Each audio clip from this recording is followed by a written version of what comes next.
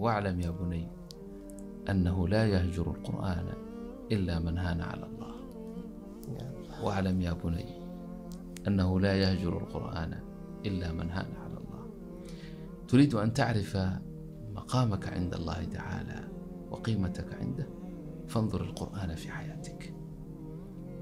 إن الله سبحانه وتعالى جعلك مرتبطا بكتابه، لا يمر عليك ليلك ونهارك إلا وأنت مصاحبا له تلاوة، تدبرا، قراءة، وردا، فاعلم أنك شيء عند الله. الله سبحانه وتعالى يعني يحبك، والله سبحانه وتعالى جعلك يعني محفوظا بعنايته وبكرمه. من الذي يهجر القرآن ويتركه؟ الذي هان على